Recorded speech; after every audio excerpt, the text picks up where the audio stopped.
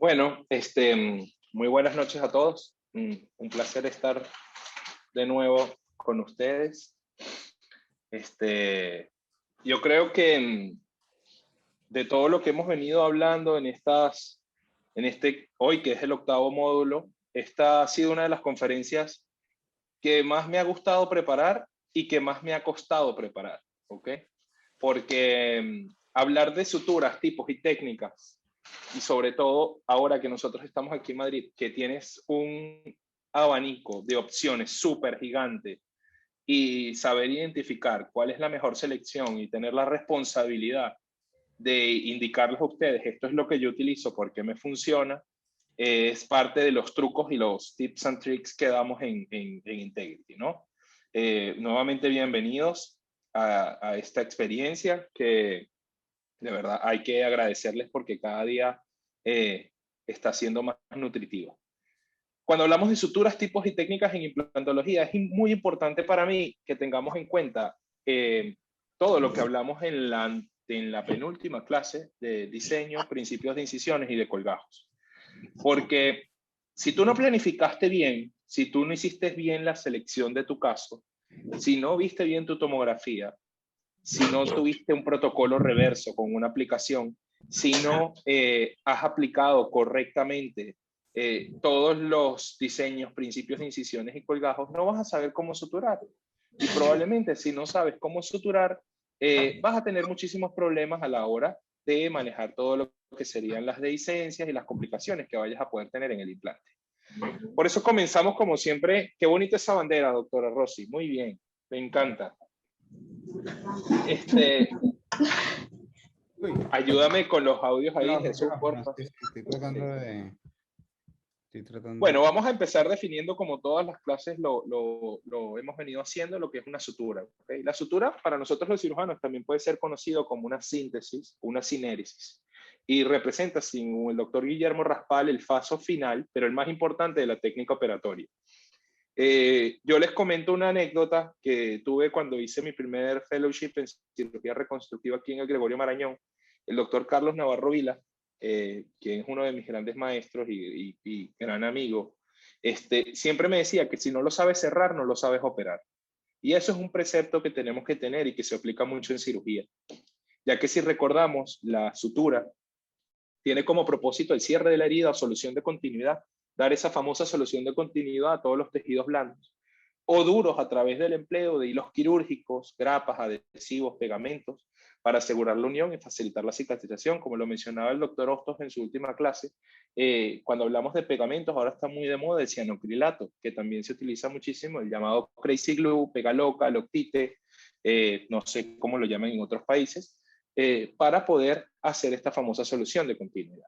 Es muy importante saber cuáles son las condiciones para conseguir una buena síntesis de tejido o para hacer una buena cirugía. Hablar, evidentemente, de la asepsia y la antisepsia, hacer un borde limpio posterior a una buena incisión en un solo plano, una sola dirección, un movimiento firme. No tener una tensión excesiva de los tejidos, sobre todo cuando hacemos movimientos, hacemos regeneraciones tisulares guiadas, porque esto nos va a llevar directamente a evitar la necrosis o los desgarros de la herida. Hacer un afrontamiento anatómico correcto por planos, saber y ubicar qué planos estamos trabajando y poder respetarlos cada uno de ellos. Tener vitalidad de los tejidos, eliminar espacios muertos para evitar los futuros o los mal llamados hematomas y sobre todo usar el instrumental adecuado para el cierre de la herida. Cuando hablamos del instrumental adecuado del cierre de la herida, para los que nos siguen en Instagram desde hace muchísimo tiempo, saben que Jesús y yo tenemos un juego con esto de cuáles son los pasos o cuáles son los instrumentos más necesarios. Y yo lo veo esto como parte de mi rutina quirúrgica y como parte de lo que yo hago antes de empezar. Buen provecho, doctor. Hay gente hay gente que hace una oración. Yo, por ejemplo, siempre digo en nombre de Dios, Dios nos bendiga. Y esta es una de las partes de mi rutina quirúrgica, que es la secuencia, ¿ok? Y esta secuencia me indica a mí la implementación de todos los instrumentos que vamos a hacer.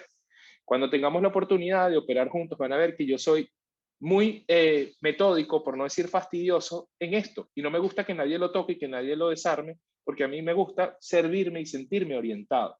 Entonces es muy importante aquí, compañeros, aparte de que ustedes tienen que seguir y que es muy loable la labor de ustedes en aportar a la educación y en darnos ese voto de confianza, pero también es muy importante en que inviertan un poco de dinero en el instrumental. Porque aunque ustedes no lo crean, marca en muchísimos, muchísimos casos, estos juguetes marcan las herramientas. Este, por ejemplo, es el kit de Mauricio Lama, que esto tiene conmigo más de 8 años y sigue intacto, y también es tan delicado el mantenimiento que tienen que darle ustedes y sus asistentes y todos sus instrumentistas para que lo puedan mantener así y que sobre todo pueda ser efectivo, porque ya cuando esto empieza a dañarse, obviamente ese desgarro de la herida va a suceder y sobre todo no vas a poder tener a esto. Es importante también mencionarles que nosotros tuvimos la oportunidad de diseñar a través de la casa comercial Devemet nuestro kit de instrumental de Integrity. Ya sabrán ustedes cuáles pinzas seleccionó Jesús y qué fue todo lo que yo seleccioné. Pusimos gran parte de casi de toda la mayoría de procedimientos. Podemos tener un separador de Minnesota, tijeras, instrumental de microcirugía, casi todo tratamos de hacerlo ahora con instrumental de microcirugía. Tenemos mangos de bisturí circulares, mangos de bisturí oftálmicos, tenemos cucharitas justamente de papilación, tenemos levantadores de papila, legras molds, empaquetadores de hueso, tenemos curetas de levantamiento de seno, un chinchetero, un porta chinchetas, que es de la casa comercial Medical 10. Tenemos para los que hacemos injertos en bloque, que siempre lo tenemos que tener ahí. Tenemos los famosos elevadores osteótomos de Sommer y tenemos pinzas fijadoras de tejido conectivo. ¿Y por qué tenemos que tener todo esto? Porque muchas veces no sabemos cuándo se nos vaya a complicar. Y si nosotros vamos a hablar hoy de suturas, aquí lo están viendo ustedes, muchas veces cuando hacemos regeneraciones óseas y tisulares guiadas y tenemos tejidos conectivos, tenemos que empezar a reconstruir eso paso por paso. Y tenemos que empezar a darle la armonía una vez de colocados los implantes y saber cómo reconstruir, saber cómo orientar las membranas, cómo orientar las chinchetas, cómo fijar el tejido conectivo. Vamos a hablar en la noche de hoy, primero que nada, de la definición de los objetivos y condiciones. Luego vamos a hablar un poco de microcirugía y magnificación, sin irnos muy a lo profundo porque estamos en My First Implant. Técnicas de sutura en implantología. ¿Cuáles son el tipo de sutura que vamos a usar? Si yo me pongo a hablar de todos los tipos de sutura que yo he usado en mi vida y todos los tipos de sutura que hay en el mercado, vamos a pasar de aquí hasta mañana, créanme.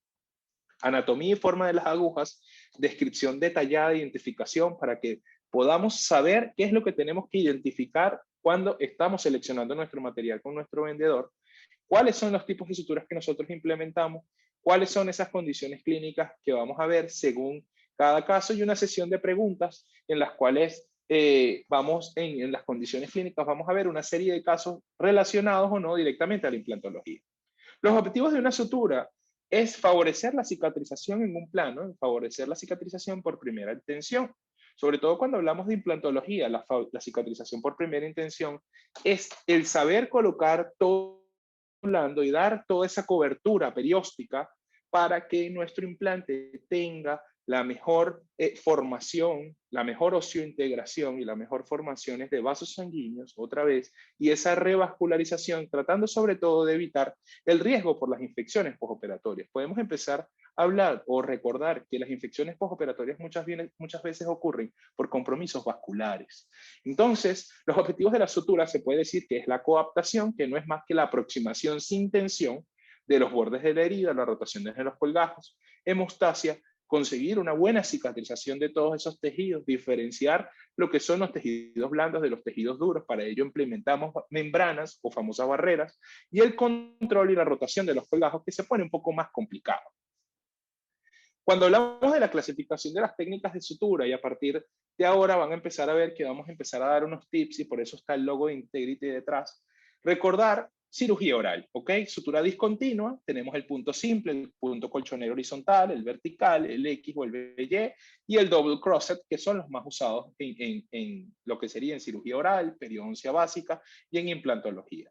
Ya cuando hacemos un poco más de implantología avanzada o hacemos implantes múltiples, hacemos elevaciones de piso de seno, rotaciones de colgajo, muy pocas veces yo utilizo lo que es un surjet, que es la sutura continua, esa sutura que la podemos hacer con seguro o sin seguro. Importante recordar esto, la microcirugía y la importancia que tiene en nuestra práctica. Pero para comenzar a hablar de microcirugía tenemos que hablar de lo que es la magnificación, ¿ok? Y es una realidad. No podemos nosotros empezar a despedirnos, que ya da un poco de tristeza en estas 8 clases que tenemos, no podemos despedirnos sin recomendarles el uso de la magnificación y de la iluminación. Existen casas comerciales muy buenas, casas comerciales, por ejemplo, el doctor Jesús usa Vilumix, que es un instrumento que a mí me gusta muchísimo. El problema de las Vilumix es que para las personas que tienen miopía y astigmatismo como yo, necesitamos que el campo esté mucho más pegado. Y por eso yo utilizo este tipo de magnificación. Yo pienso que todo lo que sea para aportar, en estos días que lo estaba viendo en el Instagram de la doctora Adri, todo lo que sea para aportar y todos estos instrumentos nos van a ayudar a mejorar nuestra práctica, porque simplemente lo que nos van a ayudar es a magnificar nuestros errores o a magnificar el hecho de las injurias de lo que estamos haciendo. Es muy importante también cuando empezamos a hacer este tipo de cursos, saber el paso a paso, el step by step, y sobre todo dónde se va a posicionar. Hay que trabajar obligatoriamente a 4 manos. Y eso es algo que tienen que recordar ustedes. Para trabajar implantología debemos trabajar mínimo a 4 manos. Tanto el doctor Hostos como mi persona, cuando no trabajamos juntos, siempre trabajamos con 2 operadores asistentes y siempre tenemos un circulante como mínimo. Y muchas veces tenemos 2 circulantes para que nos ayude a hacer el tema de la fotografía. Es muy importante que la aguja debe ser completamente insertada perpendicular a la superficie, y esto ustedes lo pueden ponerse a practicar. Yo conozco un pajarito que está filmando por ahí que se compró una colchonetica para suturar durante la cuarentena porque ya pensaba que se le iba a olvidar. Entonces, esto es muy importante y también, sobre todo, que les va a dar muchísima destreza, ¿sí? Y hay mucha motricidad fina relacionada con esto. Saber dónde ubicar, y sobre todo cuando son instrumentos tan delgados, ¿ok? Cuando pues, empezamos a usar suturas de 5 o 6 ceros hacia arriba, las agujas son muy pequeñas, ¿ok? Y el hilo es mucho más pequeño todavía.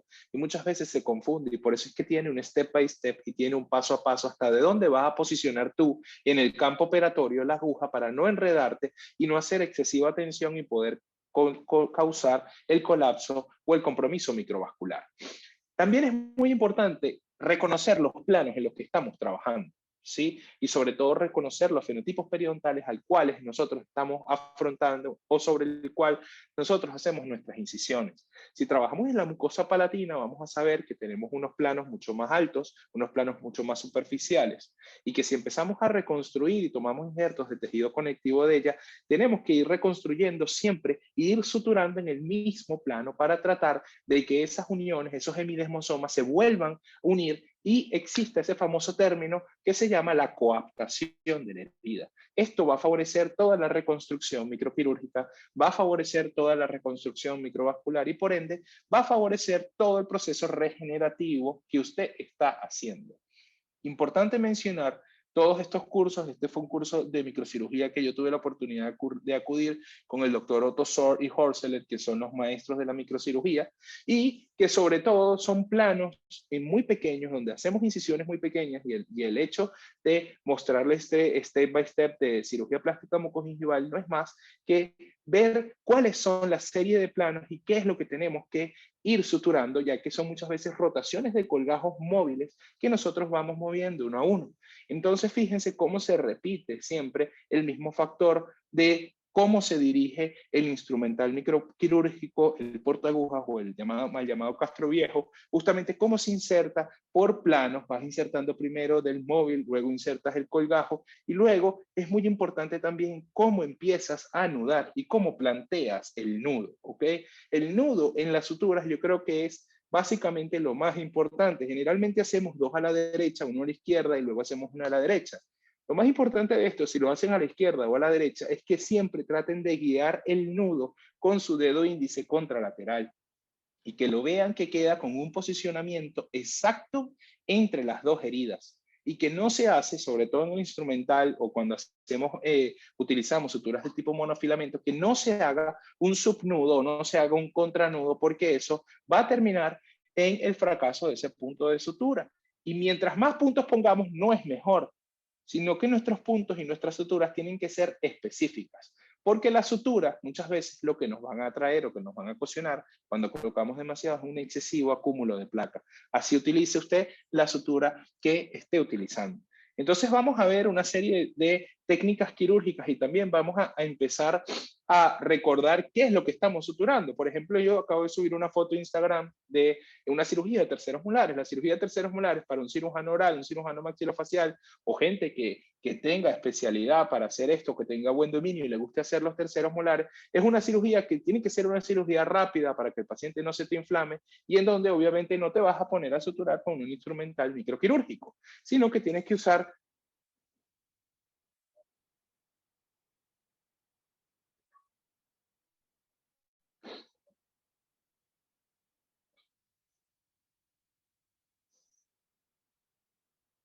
Entonces, fíjense cómo tú vas guiando en paso a paso, cómo vas guiando tu nudo y lo quede perfectamente orientado sobre los dos cabos de la herida. Por eso es que es importante empezar, cuando hablamos de implantología, hablar de la técnica de la sutura subperióstica o la técnica perióstica. Y es una técnica que lo que nos va a guiar es la dirección de los tejidos y la cicatrización en contra del tejido blando, afrontándolo al hueso y poder tomar todo ese tejido blando, toda esa mucosa, fijarla a nivel del periósteo para poder suspender membranas y para sobre todo poder hacer una diferenciación en la cicatrización por barreras. Una membrana de colágeno, señores, no es más que una barrera, simplemente que te va a diferenciar una cicatrización del tejido duro, del injerto óseo, del tejido blando, ya sea tu encía, tu periósteo, tu tejido conectivo o tu matriz celular dérmica que estés utilizando. Entonces, para eso empleamos la técnica perióstica, ¿ok? O subperióstica. Cuando hablamos del colchonero vertical, esto me parecía a mí como una ensalada y sobre todo cuando dábamos clases en la universidad, era como que lejos, lejos, cerca, cerca, cerca, cerca, lejos, lejos, entonces siempre nos volvemos un pastel con esto.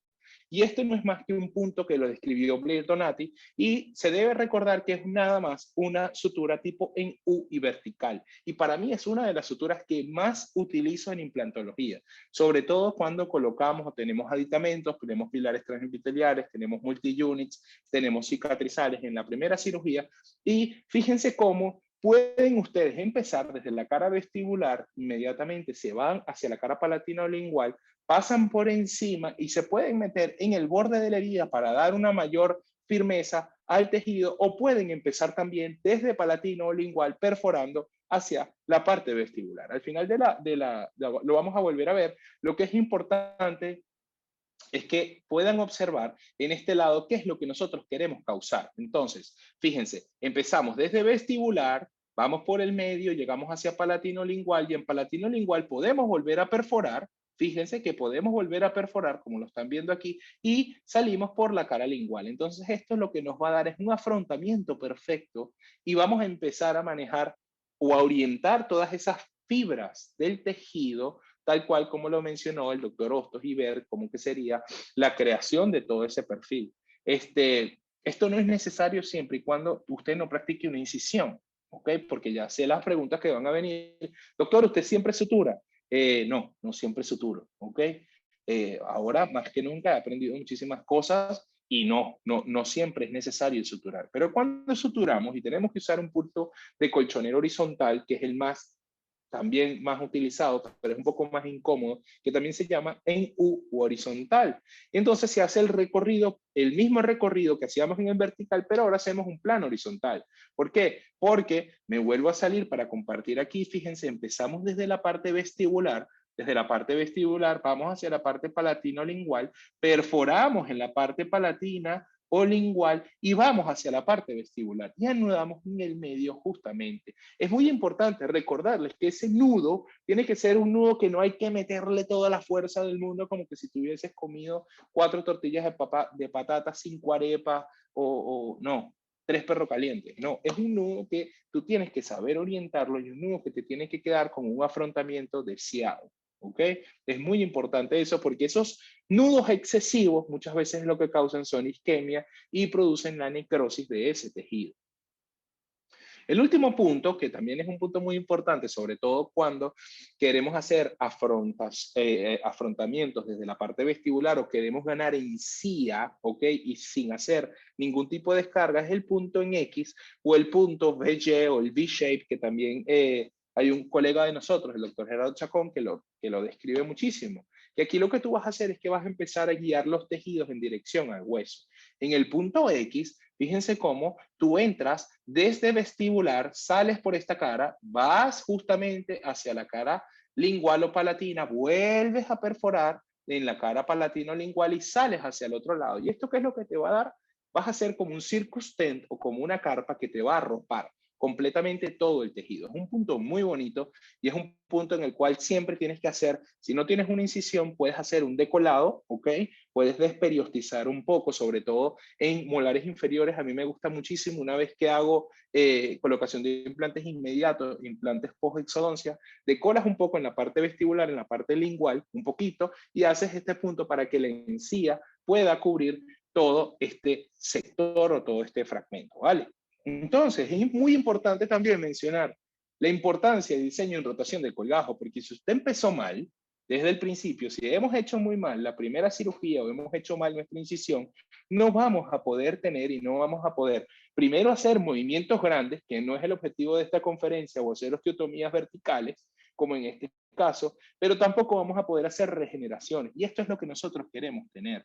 Queremos tener un afrontamiento, ¿ok? Que sea una coaptación de esos tejidos que sea casi perfecta, ¿ok? Y en donde nuestros puntos queden orientados en un punto que tú puedas sobrecorregir para que ese colgajo tenga una recesión que va a ser fisiológica, pero sobre todo que no te cause una complicación postoperatoria que pueda ser una dehiscencia o una recesión, como es el caso de los colgajos triangulares. Cuando hablamos de los tipos y indicaciones de las suturas, hablamos primero de los tipos. Tenemos dos tipos, los monofilamentos, ¿ok? Y los multifilamentos. De los monofilamentos encontramos las sintéticas, las poliamidas, el PTFI, que es el politetrafluoretileno extendido, el poliglicano y el polipropileno.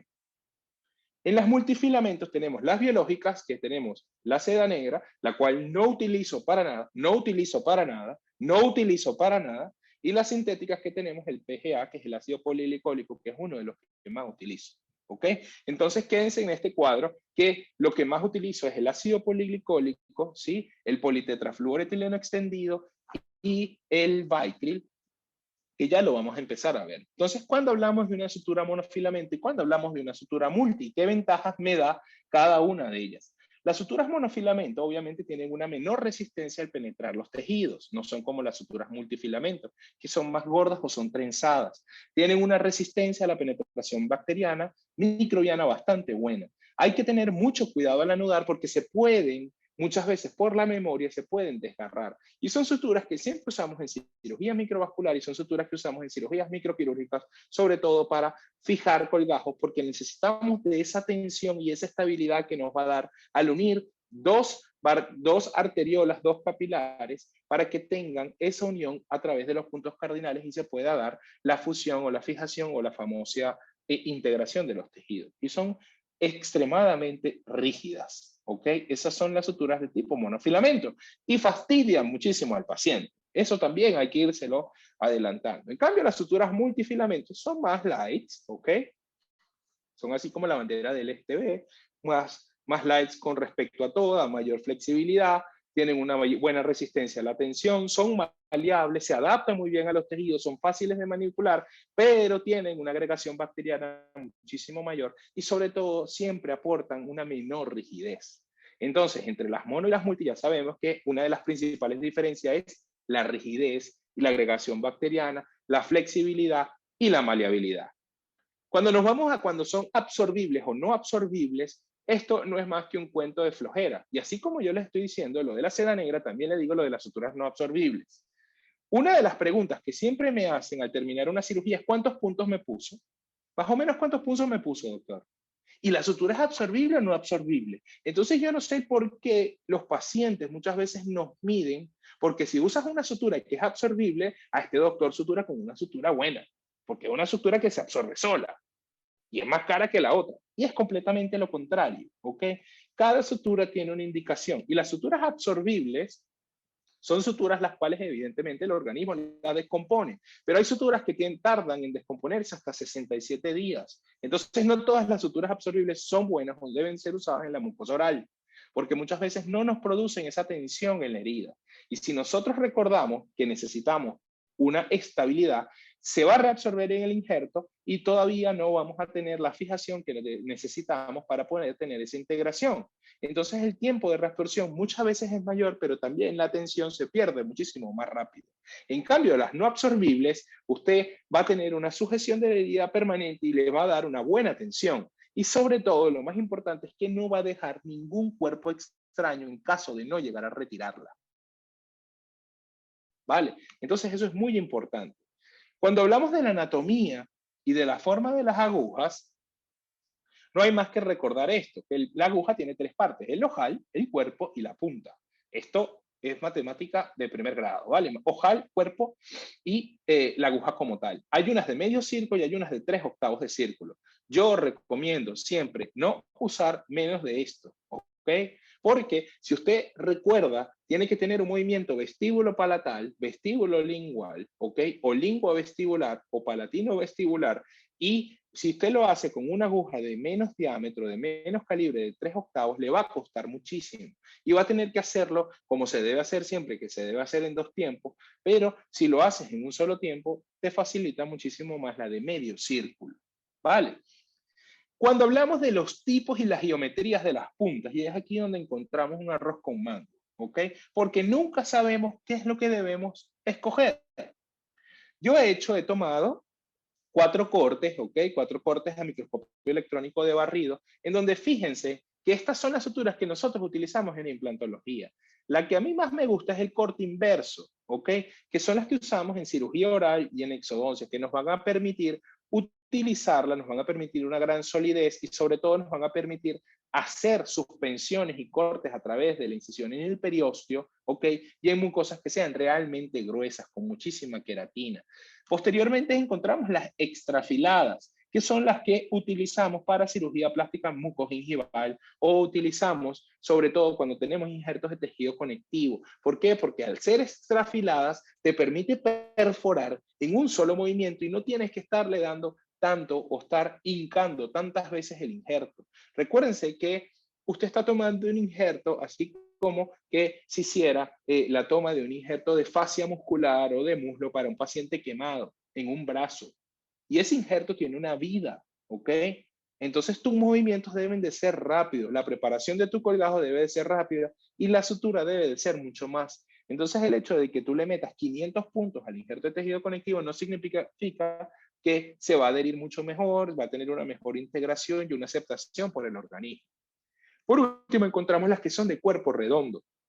Estas son muy utilizadas sobre todo cuando hacemos cirugía mucogingival y tenemos tejidos blandos, tenemos encías depapiladas, tenemos un montón de pacientes con compromisos periodontales en donde siempre se nos suele desgarrar un poco más. Estas de tejido blando son muy buenas y sobre todo también me gusta utilizarlas mucho.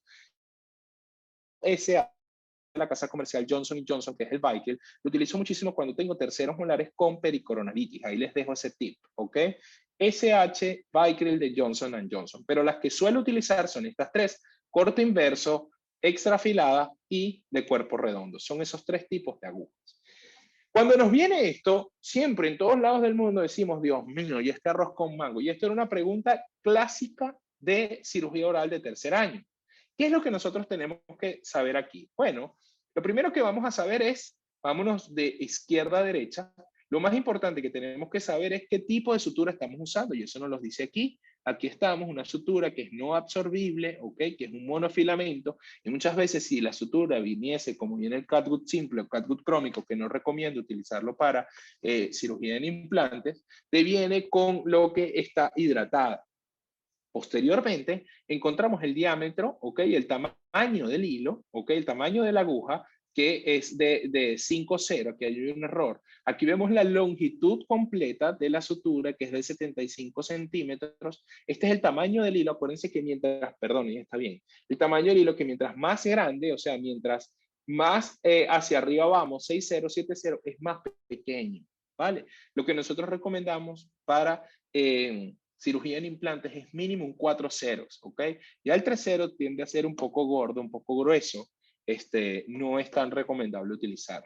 En cuanto a la longitud de la aguja, fíjense, tenemos de 12 milímetros, aunque lo recomendable sería un 16 milímetros o hasta un 19 milímetros, es lo idóneo, ¿sí? 12 milímetros está bien para los que suturamos microcirugía y lo hacemos en 2 tiempos. La curvatura de la aguja y el tipo de la aguja te lo dice aquí. Fíjense cómo es una sutura completamente triangular y tiene un reverse cutting. Si nos vamos a la lámina anterior, fíjense que es de corte inverso, que es esta que tenemos aquí, y este sería el corte en microscopía electrónica. Entonces, para que les quede claro eso. Y también hay algo muy importante que te dice, ábralo aquí. Entonces, esto es muy importante. Si le dice ábralo ahí y ábralo la persona que lo va a suturar, el operador. No se la dé a su asistente o que su asistente le dé la sutura en la mano.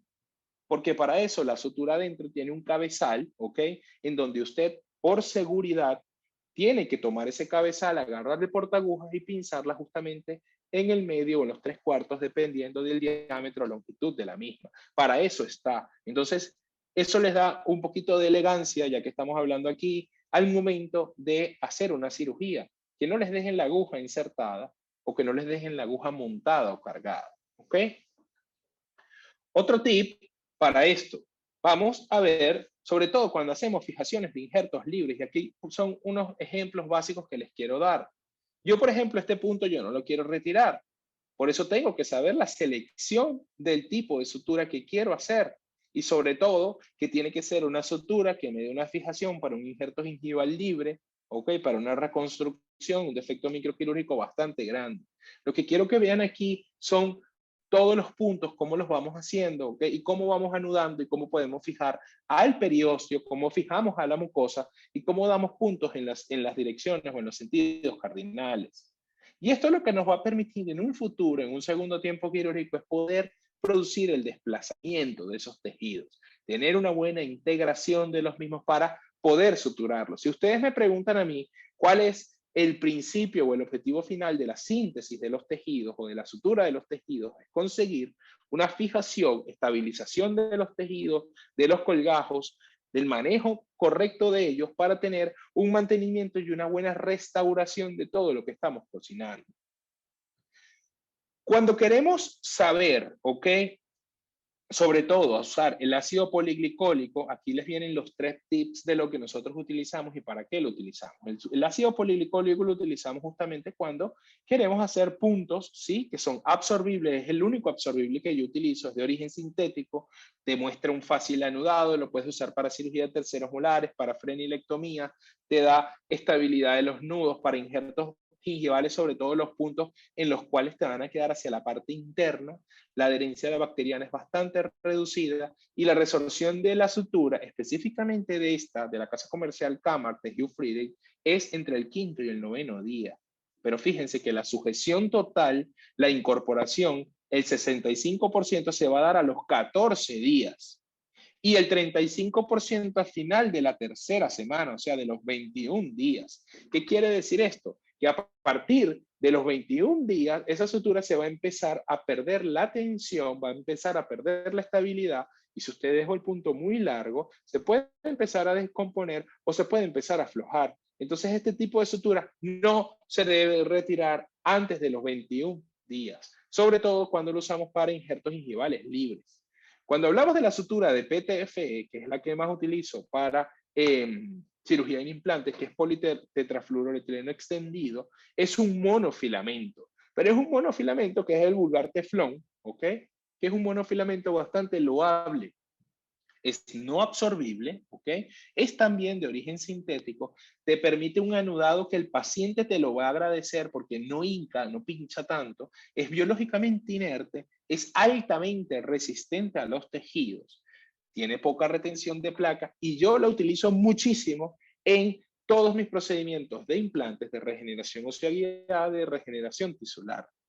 Me permite un buen anudado, ¿ok? Y me permite una resistencia bastante buena. Esta es mi sutura predilecta para los procedimientos de implante, ¿ok? Cuando hablamos de los monofilamentos no absorbibles, es otra también la poliamida, el nylon, ¿sí? Es de origen sintético, tiene un fácil anudado, es una maravilla porque es dura, es incómoda, el paciente se acuerda de ti y de tu mamá y de toda tu generación al 4, 5, 6, 7 y 8º día, porque te suele hincar, y sobre todo cuando lo dejas hacia la cara lingual o palatina, incomoda muchísimo. Pero eso tiene un porqué, porque te da un deslizamiento que es preciso en los tejidos, ¿sí? Y te da una excelente estabilidad, que es lo que tú necesitas al fijar un injerto, o necesitas al rotar un colgajo o al fijar un tejido. Te da una alta resistencia y sobre todo te da muy poca retención de placa. Entonces, si ponemos en mi top 3 de las suturas, yo colocaría el politetrafluoroetileno extendido, el poliamida, y nunca puede pasar o nunca puede faltar, en caso de tener alguna hemorragia o alguna compresión o tener que rotar o tomar algún injerto del trígono retromolar inferior o de la parte palatina, el Vicryl o el ácido poliglicólico. Vamos a ver unas condiciones clínicas. Esta clase va a ser un poco corta, pero lo que quiero es ver cómo les va a empezar a permitir a ustedes poder tener una mayor selección. Y sobre todo cuando vemos casos como esto. Esto es un caso de una paciente que tiene un síndrome, esta paciente tiene enanismo, ¿ok? Creo que no llega a medir ni 80 centímetros, 90 centímetros. O sea, es bastante pequeña la paciente. Fíjense el maxilar que tiene, ¿ok? Un maxilar bastante atrófico, un maxilar en el cual tiene muchísimas espículas, ¿sí? Y un maxilar en el cual yo quiero empezar a adelantarme con ustedes, a empezar a mostrarle un poco de errores, un poco de complicaciones. Y esto es lo que causa. Fíjense que he hecho una cirugía completa, ¿ok? Hemos hecho un remodelado óseo, hemos hecho osteotomía de los dos lados, hemos colocado plasma rico en fibrina y hemos hecho un surjet, una sutura continua, ¿ok? Y hemos colocado, hemos suturado con la famosa seda negra. ¿Qué es lo que pasa con esto? Que fíjense ustedes cómo el tejido se empieza a enrojecer. Eso que ustedes están viendo ahí no es una dehiscencia, ¿ok? Es la fibrina justamente expuesta de utilizar la del PRF, pero fíjense cómo retiene placa. Esta fotografía a mí hasta me da ganas de vomitar, porque todo ese tejido está inflamado. Entonces tú vienes y a los 14 días o a los 10 días quieres retirar los puntos y está el doctor Hostos esperando para tomar una impresión y al paciente le continúa doliendo. Entonces, ¿cuál hubiese sido mi selección en este caso? Un politetrafluoroetileno extendido, ¿sí? Que me va a dar una buena resistencia, ¿ok? Mi segunda opción, un Vicryl, que también me va a dar una buena resistencia, pero si he usado el plasma, muchas veces no me gusta a mí, me gusta que quede con algo más de tensión. Evidentemente, ¿cuál no volvería a escoger? La seda negra. ¿Cuál no volvería a escoger? El monofilamento, sobre todo para este tipo de casos, ¿ok? El doctor Hostos, que me conoce, sabe que yo tengo dentro de mi maletín siempre una cartuchera con un montón de suturas y ando como un viejito con mis suturas para todos lados. El culpable de que su paciente no tenga una sutura adecuada no es la clínica que lo está contratando, sino es usted. Porque eso tiene que ser como usted llevar su billetera con dinero, con una tarjeta, con lo que sea, con su identificación. Siempre tiene que tenerla, porque uno nunca sabe cuándo se le puede complicar la cosa. Cuando vemos estos frenillos tan gordos como estos, que son incisiones que tenemos que hacer, liberaciones a nivel del periósteo, fíjense que aquí estamos viendo que con la tensión tiene un Graeber positivo, fíjense cómo tira completamente de esto. Yo tengo que hacer una incisión en el medio, que no es el tema de este seminario, tengo que hacer una incisión en el medio y tengo que desperiostizar allí, porque este paciente acaba de terminar una ortodoncia. En este caso, evidentemente, utilizamos una sutura. Podemos utilizar una sutura con una punta de aguja Roma, ¿ok? Un SH de Vicryl te viene fenomenal, 4 ceros o un 5 ceros para este caso, porque te permite poder pasar y poder no desgarrar. Y sobre todo porque tú tienes que hacer todas estas tunelizaciones, tienes que hacer estas disecciones hacia los lados, ¿ok? Donde tienes mucosa, donde tienes el piso de las fosas nasales y sobre todo donde tienes esa inserción de ese periósteo. Comenzar siempre tomando un cabo, ¿ok? Con una pinza. La pinza Hudson, que es la pinza que ustedes están viendo ahí, yo la utilizo siempre sin dientes, sin uñas o sin algo que desgarre. Porque mientras usted manipula el tejido con más susceptibilidad, el tejido va a ser más agradecido a ti. Entonces, si usted lo empieza a desgarrar, se mueve y no tiene un buen dominio, el tejido se va a desgarrar y no te va a permitir poder afrontar ese plan. Lo mismo pasa cuando tenemos lesiones en el labio, ¿sí? Estas lesiones en el labio son sumamente difíciles y son lesiones en glándulas salivales menores. Y son lesiones en donde nosotros utilizamos suturas microquirúrgicas y suturas tipo Bicryl, ácido poliglicólico, y fíjense cómo es la estabilización de los puntos. Esto tiene un orden. Siempre comenzamos en este caso, y eso es en cuanto hablándoles ya en temas de dirección, y lo mismo va a pasar en la cirugía de implantes. Siempre usted empiece por el medio. Un lado, une el otro lado, anudas. De ahí te vas al extremo superior o más cefálico. Luego te vas al más caudálico y luego unes en el medio. Eso tiene un porqué. Y el porqué de esto es para poder conseguir esa coaptación. Y si usted se va al diámetro mayor primero, el tejido se va a empezar a acercar. Si usted empieza por los extremos, el tejido nunca se va a acercar. Y te va a quedar en el medio un falso hematoma, un espacio, o lo que reconocemos por ahí como una orejita de perro, que es cuando la sutura te queda con el borde salido para afuera como un champiñón o una seta. Entonces, por eso es que debemos empezar siempre en ese orden, ¿ok? Fíjense que no deja en el posquirúrgico la herida, que muchas veces la gente dice que la sutura es absorbible, aunque yo la retiro, no sé si se los mencioné, a mí me encanta retirarlo, porque me gusta retirarlo porque así veo al paciente, lo controlo, siempre le quitas ese estímulo y sobre todo que este tipo de lesiones reactivas, el paciente es por morderse, en este caso era por el hook del Invisalign, ¿ok? Que lo están viendo ahí en el canino, ¿sí? Entonces por eso me gusta retirarlo. Si usted lo retira, usted puede ver el control postquirúrgico y puede ver cómo está cicatrizando esto. Cuando hacemos cirugía plástica mucogingival, hay que ver y identificar cuál es el defecto que yo quiero tener en ese tejido. Veo muchísimas fotos en Instagram de esto y veo que con una sola sutura hacen todo. Aquí, ¿qué punto estamos haciendo? Aquí estamos haciendo un colchonero vertical, en donde vamos en U. Fíjense, entramos desde vestibular, vamos a paladar, en el paladar nos vamos más profundo, volvemos a entrar por el paladar y volvemos a salir por la parte vestibular. Y hay una combinación aquí, porque aquí también hemos hecho un lips para alargar un poco el labio y lo hemos combinado ya con un politetrafluoretileno extendido, que es este cabito blanco que están viendo ustedes aquí. Porque necesito que tenga un punto mayor de resistencia y no necesito que sea tan rígido y tan molestoso como va a ser este monofilamento. Cuando tenemos estos tejidos inflamados, que son sumamente difíciles de hacer la incisión, el colgajo, la desperiostización, fíjense cómo es el postoperatorio del paciente, que se ve todo el tejido completamente negro con un componente de enfermedad, se ve como necrótico.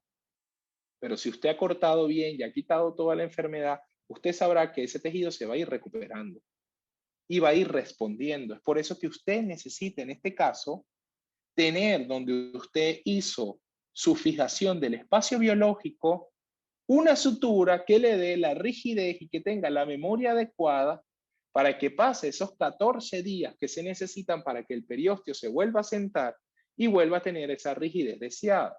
Y él solito se va a ir soltando. Fíjense cómo los puntos de sutura no hay que correr. No es como una cirugía de mama, una cirugía de brazo. Que, doctor, ¿cuándo me quita los puntos? No.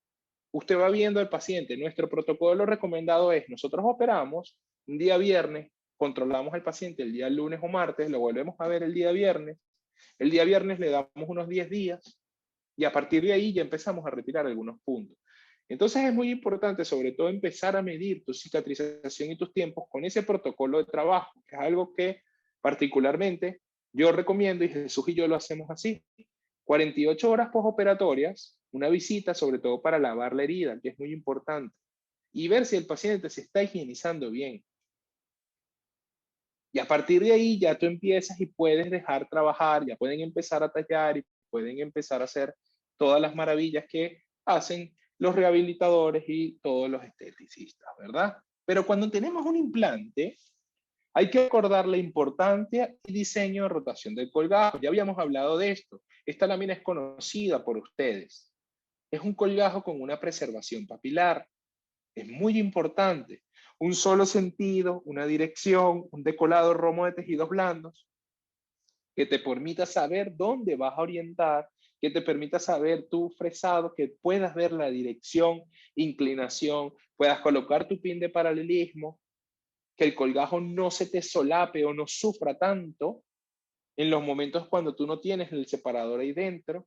El separador que nosotros recomendamos en el instrumental no es un separador de Farrow, siempre utilizamos un separador de Minnesota, esto sobre todo porque nosotros venimos de la escuela americana y es un separador muy clásico. En Europa tienden a utilizar mucho más el separador de Farrow.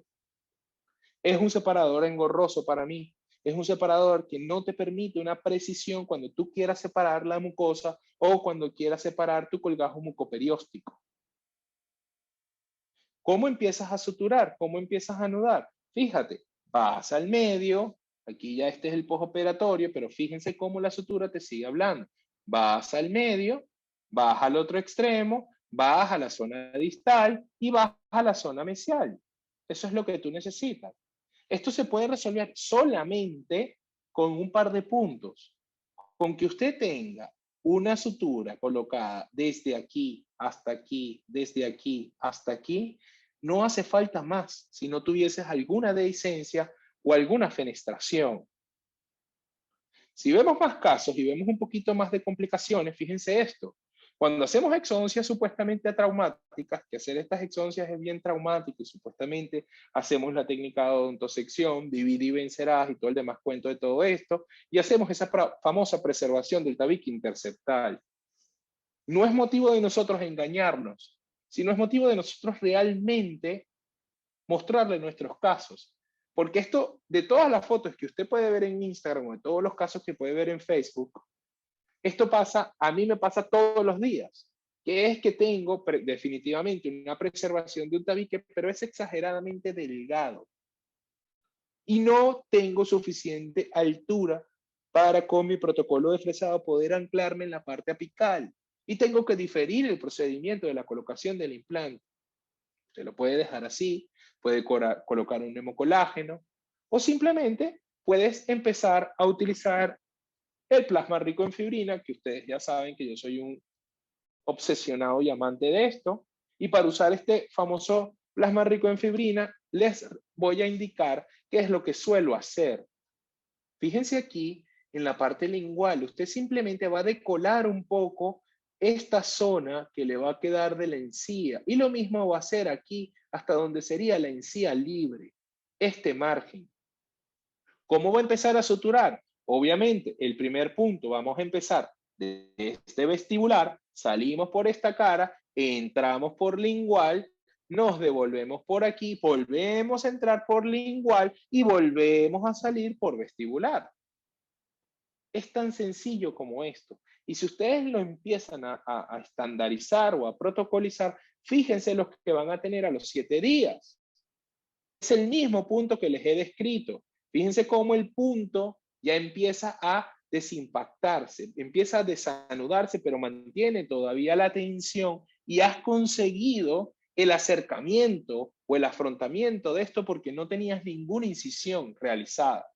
Si tienes una incisión, tienes que conseguir el cierre primario, pero en estos puntos, que son llamados puntos de aproximación, empiezas a conseguir este resultado, en donde no tienes ningún acúmulo de placa y en donde tu cicatrización, fíjate, no va a dejar ningún vestigio. A los 60 días postoperatorio, fíjense cómo puedes conseguir la colocación de tu implante en el mero centro, que era lo que tú querías. Para hacer la colocación del implante, tienes que hacer otra vez el colgajo con preservación papilar, pero ya tú estás seguro que vas a tener un hueso firme y un hueso completamente regenerado para poder. Casos mucho más complejos, casos en donde tienes un defecto vestibular, donde tienes que irte completamente hacia el lingual y donde tienes que plantear una regeneración. Yo sé que esto se llama My First Implant, pero yo no podía dejar de mostrarles esto. Entonces, lo primero es que tú tienes que preparar 2 sitios. Tienes que preparar el sitio donde va el implante y tienes que preparar el sitio donde va la regeneración. Ya has visto tu pin de paralelismo, ya has visto que tu colgajo se puede rotar, como decía la doctora esta tarde, la doctora Rosibé, que me escribió por la fotografía, y ya tú empiezas a preparar tu tejido para poder doblarlo. Esto lo hacemos en todos los implantes que nosotros preparamos, en todos los sitios, en todas las incisiones que hacemos nosotros en Integrity, conservamos el mismo precepto: preservación papilar, manejo de los tejidos blandos. Ya cuando usted empieza a regenerar, a poner los materiales de regeneración, fíjense todo el espacio que usted tiene que tener para empezar a meter cosas allá adentro. Tienes que meter injerto, tienes que meter membrana de colágeno. La membrana de colágeno tienes que fijarla con una chincheta y al final el fastidioso de Edgar pone una matriz de APRF. Y fíjense cómo tu colgajo tiene que permitirte esa maleabilidad, sobre todo para colocar las chinchetas, para empezar a desdoblar y lo más importante, para suturar. En este caso, fíjense que la sutura tiene el mismo concepto. Siempre comenzamos de la parte móvil a la parte fija. Siempre comenzamos así. Y fíjense cómo empezamos desdoblando, desde donde desdoblamos el colgajo, que sería esta parte de aquí, con un primer punto, y este punto vamos otra vez a hacer lo mismo que he descrito, ¿sí? Entramos por vestibular, salimos por palatino, volvemos a entrar por palatino, salimos por vestibular. ¿Cuál va a ser la diferencia? Que aquí tienes que tener cuidado, porque aquí si te vas muy profundo, vas a mover todo lo que construiste. Vas a mover el injerto, vas a mover la membrana de colágeno. Si eso se mueve, tienes que volver a empezar. ¿Qué vas a ver al cabo del tiempo? Vas a empezar a ver esto. Si esto usted lo ve y usted no ha utilizado un protocolo de plasma rico en fibrina, es preocupante. No, es fibrina. Es simplemente fibrina que está ahí. Cuidados postoperatorios de esto. Yo tengo mucho tiempo que en ningún congreso me hablan de esto. Nosotros mandamos gel de clorexidina. Y el gel de clorexidina al paciente le explicamos que se lo tiene que poner con el dedo, no con un hisopo, con un algodón, ni con una gasa. Porque si se lo pone con un hisopo, se va a quedar en el medio y va a ser una reacción de cuerpo extraño. El gel de clorexidina durante 15 días va acompañado con el enjuague de clorexidina. A mí particularmente no soy muy amante de lo de los cepillos quirúrgicos ni nada de eso. ¿Será que me acostumbré en mi mentalidad venezolana a no hacerle gastar más al paciente? Simplemente usted cepíllese con cuidado, esta noche no se cepille, tal vez el día de mañana por esa zona no, pero ya a partir de mañana al mediodía comience a cepillarse con mucho cuidado, porque si no vas a tener una retención de placa. Y esto es lo que tú vas a empezar a conseguir. Son resultados como estos, que antes se veía muy gordo, pero la regeneración ya sabemos que tiene un factor de un 25, un 30% de reabsorción. Cuando no trabajas, ¿ok? No levantaste ningún colgajo, sino que utilizas justamente disecciones para hacer estas colocaciones de estos implantes, que es realmente complicado en zonas inferiores. Fíjate que tú colocas justamente tus dos implantes, pero tú sabes, o yo sé, que mi pared vestibular está fenestrada. Mi cortical vestibular en este sector, en esta plataforma, está fenestrada. Y no pude bajar más el implante porque el paciente simplemente no tiene más hueso y le duele. Entonces yo tengo que prepararme para reconstruir esto. Me adelanto a las preguntas. Aquí vamos a tener un defecto porque en el medio, justamente a nivel de los incisivos centrales inferiores, tenemos un defecto de tejido duro y de tejido blando. Entonces aquí yo tengo que tener toda mi visibilidad desde la parte vestibular hacia la parte lingual. Tengo que empezar a recordar todo lo que ya el doctor Hostos nos dijo, nuestra aplicación de protocolo reverso, por dónde van a salir, con qué voy a cerrar esto, utilizar este tipo de injertos y sobre todo empezar a diseccionar para poder fijarlo.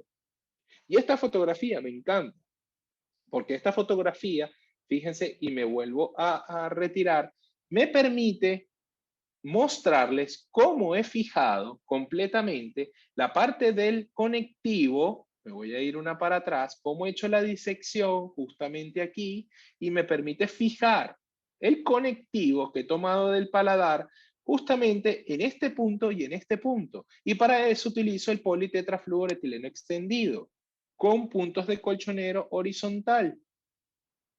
A un lado, al otro lado, a un lado y al otro lado.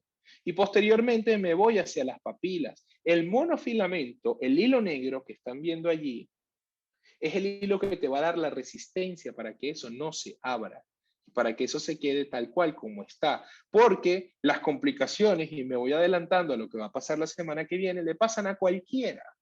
Al que no le pasa es porque no lo hace. Y sobre todo cuando tú ves un caso como esto, que son los casos más comunes que van a tener. Y tienen que tener muchísimo cuidado. Los pacientes periodontales son muy engañosos. El hueso es muy engañoso y muy traicionero.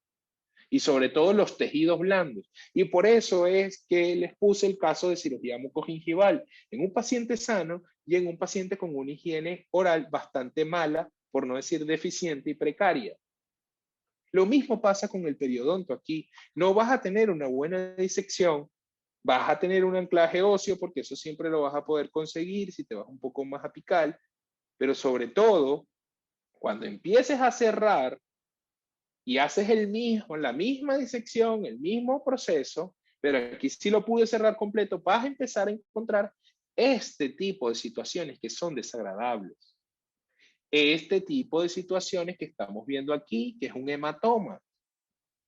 Si esta paciente tiene este hematoma en el fondo del surco, imagínense cómo tendrá el mentón.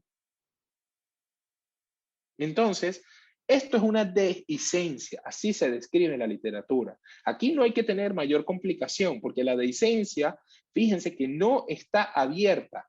La dehiscencia se está causando porque no se está higienizando bien. Y cuando se ve en esta zona, es cuando tenemos más problemas de vascularización, que se ve más necrótica. Y esto va a pasar factura, tarde o temprano. Y la factura que pasó fue esta. Fíjense ese defecto que te deja allí. Y esto puede ser parte de My First Implant perfectamente, porque es la colocación en vez de uno de 3 implantes. ¿Qué pasa? Que muchas veces colocamos los implantes, y esto nos pasa muchísimo a los cirujanos, y me perdonan todos mis colegas que están aquí, pero nos olvidamos de la parte del cierre, nos olvidamos de la parte de la periodoncia, de la mucogingival, y esto hay que corregirlo. Entonces, no es solamente colocar el implante, porque esto puede ponerte en riesgo una pérdida de nivel, a nivel óseo, a nivel crestal, que puedes llegar a perder tu implante. Y no me pasa una vez, me ha pasado cientos de veces. Y siempre me pasa, y puedo escribir un artículo con esto, con los benditos pacientes periodontales en el sector anteroinferior, que es un hueso muy, muy, muy delgado. Es un hueso que ya he aprendido que tenemos que sumergir más los implantes y que tenemos que tratar de colocar, sobre todo cuando hagan planificaciones, ¿ok? Fíjense que es la misma sutura, el mismo monofilamento, pero cuando hagan su planificación siempre tienen que ir a la guerra con un hueso bajo el brazo. Así como tienen que llevar las suturas, tienen que llevar su injerto óseo, porque es mejor tenerlo y no necesitarlo que necesitarlo y no tenerlo.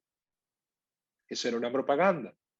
Y más cuando hacemos colocaciones de un implantito en un incisivo lateral, que ya sabíamos que íbamos a tener esa complicación, sí, pero esto es lo más claro y lo más común. Hace poco, el doctor Hostos lo sabe y seguro se sonreirá, tuve yo una complicación como esta de la parte apical del implante. ¿Por qué? Porque trabajamos tunelizados, porque no hacemos preservaciones, porque hacemos técnicas de preservaciones papilares y no tenemos que decolar tanto, no tenemos que hacer esos colgajos tan grandes. Entonces, en estos casos, tienes que prepararte para esa zona, reciba un colgajo, tienes que rotar bien toda tu incisión, tienes que hacer un diseño claro, limpio, para que pueda el tejido poder desdoblarse y lo puedas reposicionar a su zona original. Sobre todo es muy, muy, muy común cuando tenemos, o es más difícil de manejar, cuando tenemos implantes post-exodoncia. Cuando tenemos implantes en técnicas convencionales no tenemos tanto problema. Fíjense que en ese entonces utilicé sutura monofilamento interpapilar, ¿ok? Para fijar en los 2 tiempos quirúrgicos. Miren que no hay que tenerle miedo a las descargas. Hay mucha gente que habla muy mal de las descargas, pero cuando usted trabaja bien el tejido en la segunda cirugía, 6 meses después, fíjense cómo esta descarga que existía aquí y esta descarga, fíjense cómo aquí no queda vestigio alguno de ella. Entonces es importante continuar, aprender manejando y seguir evolucionando.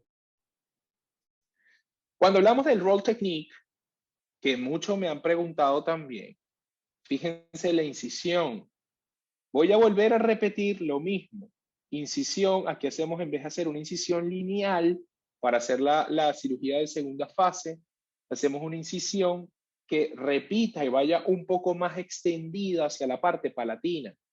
Y nos va a permitir desdoblar, nos va a permitir utilizar nuestro cicatrizal y sobre todo vamos a poder utilizar el punto que les mencioné, que es el punto en X.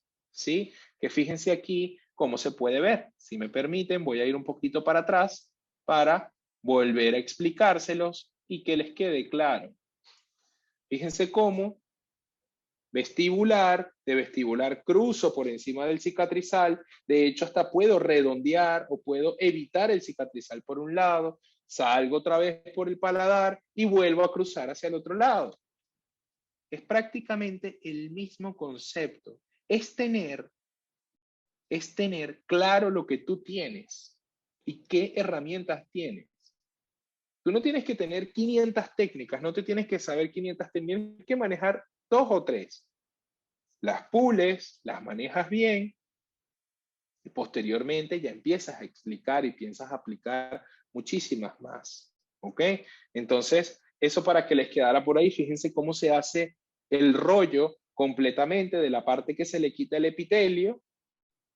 Aquí tenemos el cicatrizal con el plug del PRF y aquí hacemos 2 puntos interpapilares, pero puntos que me vayan y que me sostengan todo el rollo de la parte vestibular hacia palatino y luego lo vuelvas a fijar justamente, anudas en donde quieras que quede tu inserción papilar. Fíjense dónde queda el vestigio de la sutura al retirar el cicatrizal. Cuando tienes que hacer desepitelizaciones como esta, fíjate cómo, en este caso, voy a permitir aquí ampliar la pantalla, ¿ok? Y fíjense cómo de este resultado, de esta técnica suspensoria, vamos a imaginar, ¿ok? Que hacemos una incisión justamente aquí, ¿sí? Lo voy a ir dibujando. Hacemos una incisión, tengo que quitar aquí a Jesús. Hacemos una incisión justamente aquí, esa línea.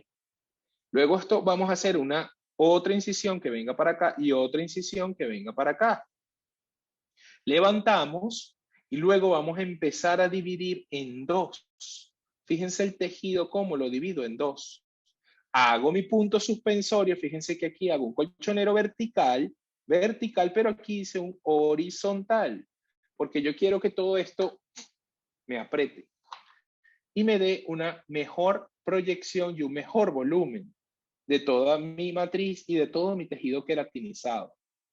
Cuando tenemos implantes en el sector posterior, sobre todo en la parte inferior, es bien importante recalcar esto.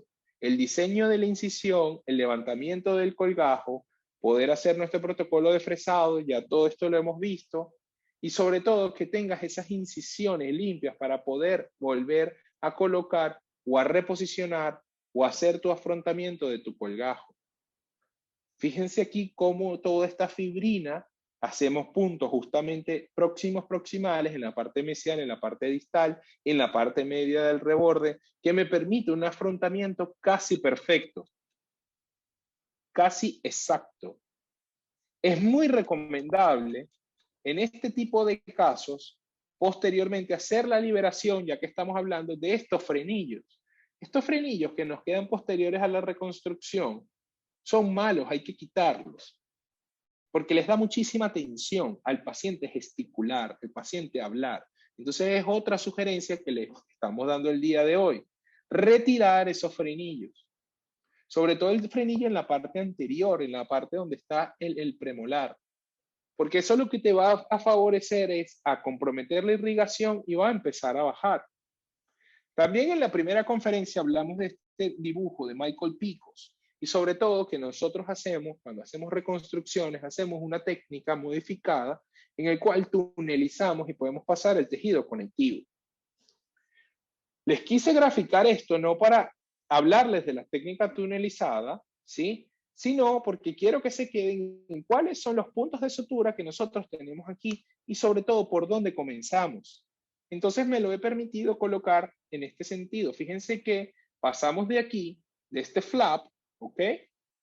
Fíjense ese flap cómo lo tenemos y vamos a comenzar. Fíjense que tienen el 1 prima a los lados, ¿ok? Fijando los tejidos a ambos lados. Luego tengo el punto número 2, 2 prima. Luego me voy a la parte del reborde que me queda completamente sellada porque no estoy ganando ahí no estoy haciendo ninguna regeneración ósea ni vertical ni horizontal en ese sentido, sino lo que estoy ganando es en el vestíbulo, que es donde tienes el punto más importante, que es el 4 y el 4 prima.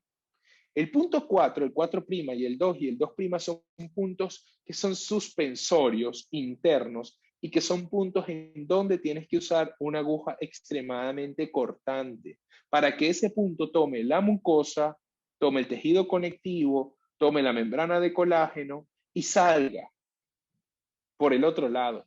Entonces aquí sutura monofilamento, preferiblemente media, ¿sí? 5 ceros, no menos de eso, 5 ceros, ¿ok? Para que puedas tener esta reconstrucción de los tejidos que tienes allí. Se complica un poco más la cosa y Jesús ya me ha visto que cada día me apasiona más esto de la perimplantitis, porque yo siento que es algo que nosotros lo tenemos olvidado. Todos queremos aprender a colocar implantes, pero ninguno quiere aprender a manejar las complicaciones de los implantes. Y trabajar y suturar en perimplantitis o hacer diseño de colgajo en perimplantitis es bastante complicado. Porque no tienes periósteo, el periósteo está muy tomado, porque no tienes cresta alveolar, no tienes proceso alveolar, y tu incisión va justamente direccionada a las roscas del implante. Más si lo tienes tan cerca a dientes o a estructuras dentarias. Aquí es completamente mandatorio utilizar tejido conectivo. Y fíjense cómo la sutura, es importante recordar las suturas por planos y ver cómo, y con esta fotografía me despido, fíjense cómo aquí vas a tener dos tipos de cicatrizaciones, que fue una de mis primeras diapositivas. Vas a tener una cicatrización por primera intención en un tejido que está completamente inflamado, en un tejido que estaba lesionado, que tú acabas de limpiar, que acabas de hacer implantoplastia, regeneración ósea, una velita para los santos, agua bendita, antibiótico, y vas a tener una cicatrización por segunda intención, que es la cicatrización del paladar. Entonces, muchas veces, cuando nosotros les mostramos, con esto me despido, cuando nosotros les mostramos un poquito más allá, es para que ustedes sepan cómo actuar, porque a nosotros nos pasa exactamente igual. No existe nadie que domine todas las técnicas a la perfección. Lastimosamente, nosotros, los que hacemos cirugía, todos los que están aquí, Dios nos ha dado un bisturí. No nos ha dado una varita mágica de Harry Potter. Y al que no le pasa es porque no lo hace. Yo siempre lo digo. El que no comete complicaciones, el que no pierde un implante, el que no le fracasan los implantes, será porque no pone lo suficiente. El que no atiende a un paciente con perimplantitis o no tiene ninguno de sus pacientes con pérdida ósea que ya va más allá de la saucerización, será porque no pone los suficientes implantes. O habrán algunos que le irán muchísimo mejor que a nosotros. Y aquí incluyo al doctor. Porque nosotros sí vemos este tipo de casos y lo importante es saber cómo afrontarlo de cara al paciente, saber cómo resolverlo y cuando no podemos, saber cómo derivarlo, que también es muy loable. Nos vamos a ver la semana que viene. Yo no sé si la semana que viene quería consultárselo al doctor aquí en vivo. ¿Quiere que yo me despida con el mal sabor de boca hablando de las complicaciones? ¿O va a querer él con su fabulosa charla, que ya yo le he visto, de la comunicación con el laboratorio y selección del material? Abrimos las preguntas y respuestas, abrimos los micrófonos, las imágenes. Qué bonita la bandera de la doctora Fire Tablet. Fire Tablet, ¿eh? Me Ya encanta. se quedó Me Fire quedó Tablet. Fire Tablet. ¿Eh? Ah, bueno. No, bueno, a mí me da igual. La última, yo creo que la última de las complicaciones es interesante. Vale. Muy bueno. Cierras tú, cierras tú. Abriste tú, cerraste tú. Con eso te Pues despides. bueno, los vamos a dejar no con el miedo, porque cuando yo siempre, y Jesús lo sabe, yo creo que yo no tengo ni la pericia ni la experiencia como para dar una conferencia de complicaciones. Entonces, cuando no teníamos coronavirus y nos invitaban a los congresos en las grandes sociedades y te invitan a hablar de complicaciones y tú tienes 37 años, es complicado. Porque muchas veces se puede parar un profesor tuyo y decirte, tú qué vas a saber de complicaciones y te falta mucho camino todavía por recorrer. Pero bueno, gracias a Dios, yo creo que es un reto que yo siempre asumo cuando tomo estos casos de perimplantitis, sobre todo que es lo más agradable porque siempre sabes cómo vas a comenzar, pero nunca sabes cómo vas a terminar. Entonces, por eso es que me tomé la libertad de mostrarles un poco todo este panorama. A ver, doctor Manuel, sus preguntas, que está, lo veo anota que anota ahí. Ah, ya va, que no he activado. Ya va, activar el audio por ellos mismos. Ya ustedes pueden reactivar el micrófono ustedes mismos. No, mi pregunta va dirigida hacia la sutura subperióstica. Es algo que he intentado leer y poner en práctica, pero me ha costado. Más que todo para poder fijar, en esos casos donde no puedo fijar la membrana o la barrera con chincheta. Y más que todo, al igual que el famoso colchonero apical, que nos ayuda a mantener, a estabilizar la membrana para que no se nos mueva y que la tensión del colgajo, posteriormente ya reposicionado con la musculatura del paciente, no me vaya a reabsorber tampoco la reconstrucción o la preservación alveolar. ¿Qué recomendaciones nos puede dar? ¿Donde Mira, alguna literatura? yo aprendí mucho, aprendo mucho de Alberto Monge, quien es un gran periodoncista. Y mientras más chiquita para el colchonero horizontal utilices la aguja, mejor. Se te va a facilitar muchísimo más, porque te va a permitir poder moverte mejor dentro del colgajo. ¿Ok? Otra cosa que siempre cuando tú haces un punto de sutura subperióstica es que tienes que identificar muy bien a dónde la vas a fijar. Muchas veces ahí es donde está el error, que no vemos el periósteo, que queremos meterlo sin ver y hay que saber dónde lo vas a fijar y ahí empieza el desgarro y entonces cuando estás dando los últimos puntos se te mueve todo y tienes que empezar otra vez. Yo no soy amante de las chinchetas, Jesús lo sabe. Me parece que las chinchetas hay que saber utilizarlas y saber cuándo indicarlas, pero en la reconstrucción utilizo mucho un punto que te voy a buscar el artículo que se llama apical mattress, ¿ok?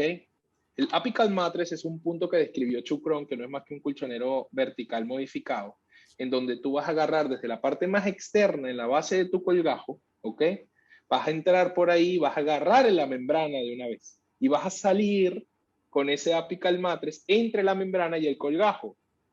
Y te vas a ir directamente a la parte palatina. Y en la parte palatina ya tú tienes posicionado tu injerto, agarras nuevamente y vuelves a salir por ahí. Ese es el famoso apical mattress, que es un punto de fijación apical. El hecho de utilizar o no chinchetas o utilizar o no puntos de fijación de membranas, lo que te va a dar es la forma de la reconstrucción y va a guiar la tasa de reabsorción o la forma que tú le vas a dar a tu injerto. Sobre todo cuando haces reconstrucciones a nivel del piso de la boca. ¿Sí? Hay puntos muy importantes en la técnica del sausage technique, descrita por Urban, ¿ok? Que tienes que hacer un decolado perfecto del piso de la boca. Como usted no haga ese decolado perfecto, mi compadre, del piso de la boca, todo se va a mover cuando el paciente salga y le diga todo está bien. Y se le va a salir todo el injerto para los lados. Lo mismo pasa en las elevaciones de piso del seno maxilar combinadas con regeneración ósea horizontal y vertical. Tienes que diferenciar la cicatrización de lo que tienes dentro del seno de la cicatrización de lo que estás cosechando fuera del seno. Entonces es muy importante, por eso darte esos tips que son un poquito más de cirugía avanzada, que yo sé que tú te das duro con eso, pero es muy importante saber muchas veces buscar la vuelta. Y la vuelta de esto es usar una sutura microquirúrgica que la aguja sea más pequeña y que tenga un reverse cutting. Es que oftálmicas se considera más allá de 6 ceros y 7 ceros. Sobre todo la forma de la aguja, ¿sí? Y que la aguja, cuando tú perfores, no tenga una punta roma, sino que tenga una punta cortante para que pueda atravesar la membrana, pueda atravesar la mucosa, el periósteo en un solo movimiento. Eso es lo que yo he conseguido que es más importante. Tú puedes tener agujas de un calibre muy pequeño y puedes tener más o menos un 3 ceros, un 4 ceros de hilo. O sea que no es tampoco que es el indicado para darle la suspensión a ese tipo de tejidos. No, ok, no, gracias, doctor. La doctora Rocibé no va a preguntar nada hoy. Doc, yo tengo una pregunta. A ver, Mari. Como en el caso anterior que colocaste, que operas, colocas el implante, suturas, y el paciente por mala higiene se le infectó la herida. Entonces, además del defecto que colocó en la encía, ¿qué hace? ¿Tienes que volver a empezar todo? ¿Quitas el implante? ¿Qué haces si Vale, pasa? Mari, es una muy buena pregunta, ¿ok? Generalmente, un paciente en donde no colocaste ningún injerto óseo, ninguna membrana de colágeno, sino que simplemente colocaste el implante y ya, yo utilizo muchísima irrigación externa, utilizo mucho solución fisiológica, ¿sí? Ahí cambio la clorexidina, porque la clorexidina muchas veces es más astringente, ¿ok? Entonces ahí agarro una jeringa de 20 cc, le corto la aguja, ¿ok? Y le hago un irrigador casero, y con ese irrigador, con el suero fisiológico, que él se lo vaya lavando. Cuando el paciente tiene instaurado el proceso infeccioso, o sea, no es que tengas una dehiscencia, sino que tiene instaurado, tienes que curetear, ¿ok? Tienes que legrar, tienes que cambiar el medio. Y en ese momento hago una solución de 3-1, en donde cambio por 3 partes de solución fisiológica, utilizo una parte de agua oxigenada. Y esa agua oxigenada lo que va a hacer justamente es darle mayor oxigenación a esos tejidos. Eso se lo mando por 3 veces al día después de cada comida al paciente, y en ese caso, si tengo que volver a suturar, utilizo una aguja punta roma. Ok. Para que ese tejido no se me lacere. Si utilizas una aguja cortante, el tejido se te va a lacerar. Ok. Okay. ¿Okay? Y tengo una duda, no entendí mucho sobre la aguja 3/8 y 1/2. O sea, es decir, la aguja 3/8 es mejor porque es más gruesa y no entendí eso muy bien. Vale, fíjate, vamos a ir un poquito hacia atrás a la anatomía y la forma de las agujas. Vale. Fíjate que estas son las 3 partes de la forma de las agujas. Esto es un círculo tal cual, 360 grados, ¿sí? Y la aguja medio o la aguja 3/8 lo que te va a permitir es un mayor movimiento o hacer movimientos en el de medio círculo te permite hacer movimientos en una sola dirección, que son movimientos realmente de flojo, porque siempre se debe suturar en 2 pasos. Ok. Y eso es cirugía oral de 3er año, que seguro te lo dio un muy buen profesor. Claro. ¿Verdad? Entonces, cuando tú suturas en un solo paso, es que tú agarras directamente el colgajo vestibular y te vas, que es el móvil siempre, y te vas hacia la parte fija, que es la palatinolingual, cuando haces caso sencillo, ¿sí? La aguja de medio círculo para hacer implantes es un poco burda, basta, es muy grande. La que nosotros recomendamos es la de 3/8, ¿ok? Que son las 3/8 partes o 16 milímetros, ¿sí? Que también lo puedes encontrar así. Con respecto a los hilos, sí utilizamos de 4 ceros, 5 ceros o 6 ceros. Yo no utilizo 7 ceros particularmente. Todavía no tengo la destreza ni tengo la magnificación necesaria para poder utilizar 7 ceros.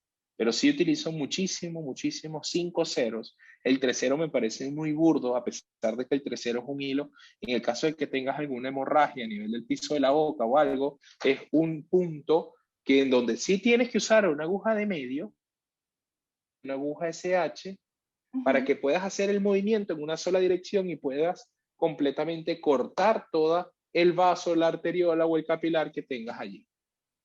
En ese caso sí lo utilizas. Lo utilizas también en muchísima cirugía dentoalveolar, en cirugías de terceros molares, en donde tu disposición o tu acceso no es tan fácil. Ok. ¿Vale? Perfecto. Venga, yo. Uy, Jesús. No es ninguna pregunta. Yo después de la clase de hoy, estoy segura que tengo que ir a España a agarrar mi parte clínica, totalmente segura. Pero dime una cosa, para alguien como yo que nunca ha hecho cirugía, he estado presente en infinidad de cirugías, pero nunca la he hecho. ¿Cuál es la mejor manera de yo? Comentaste que en cuarentena alguien que tú conocías comenzó a suturar porque se le iba a olvidar. ¿Cuál es la mejor manera que yo comience a practicar en mi casa? La mejor manera que hay es comprarte un dummy. Jesús te lo va a mandar porque lo debe tener en su carrito de Amazon, porque esta fue la persona que un día estábamos hablando y todo el mundo estaba haciendo en su casa parrilla, cocinando, haciendo aeróbicos, y él estaba con una sutura dándole, y entonces su esposa me mandó y me dijo, este está realmente enfermo. Entonces él tiene un dummy que te lo va a dar, en donde ya tienes distintas incisiones. Perfecto. ¿Qué te recomiendo yo? ¿O qué les recomiendo yo? Esto te engaña, y es lo mismo que cuando tú haces la colocación de un implante en un dummy, ¿ok? En un modelo. Y eso tú tienes que complicártelo. ¿Y cómo te lo vas a complicar? Que tú lo vas a poner en una distancia de 30 centímetros de tu cuerpo, vas a tratar de mantener la ergonomía, te vas a poner guantes, ¿sí? Y vas a asimilar todo, porque si tú agarras el dummy, lo tienes a una distancia exacta de tu cuerpo, vas a empezar a sentir realmente cuáles son los movimientos que tienes que tener. Acuérdate siempre que cómo agarras el portaagujas, que lo agarras con el pulgar y con este dedo para poder direccionarlo. ¿Ok? Entonces, si tú lo haces con esa distancia y separación de tu cuerpo, vas a aprender y se te va a empezar a animar un poco más. Ya cuando pasas al nivel, ahí lo tienes, ¿ves? Ah. Mira, es esta colchonetica, ¿ves? Cuesta 9 euros, no son costosas. Y ella es lo que hace, claro, esto, tú te compras la sutura que tú quieras, que obviamente la gente piensa como que, oye, porque es una de las mejores maneras de aprender, porque uno repasa y siempre utilizó la misma sutura y se acostumbró a la misma sutura, pero tú no sabes que también te puede ir con otra sutura hasta que no la pruebas. Entonces uno agarra y dice, bueno, ¿qué? Tengo que invertir y comprar todas las suturas que hay en el mercado. Y de repente la respuesta es sí. Tienes que comprar una sutura de cada una del mercado de la misma medida, sea 5.0, sea 4.0, sea 3.0, pero siempre de la misma medida y comprar una de cada una, sea negra, PGA, PTFE, poliamida, ¿ok?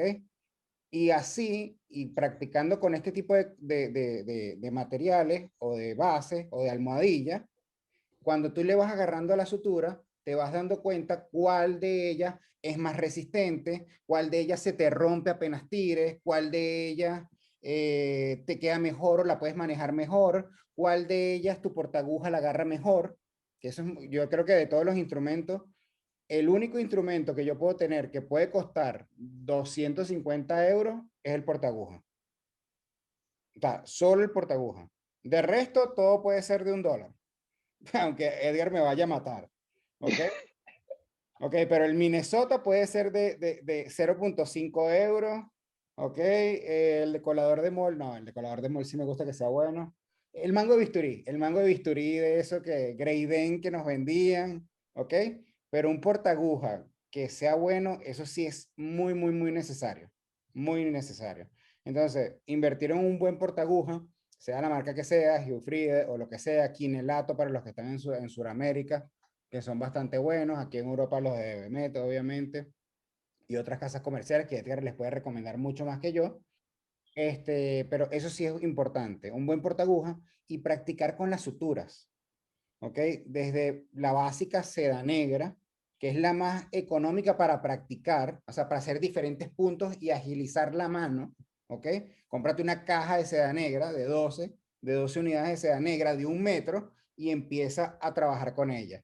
Algo que sí yo he aprendido un poco es que me manejo mejor con hilos cortos que con hilos largos, ¿sí? O sea, no se compren una sutura de 1,5 metros, ¿ok? Porque trabajar con una sutura de 1,5 metros es muy problemático.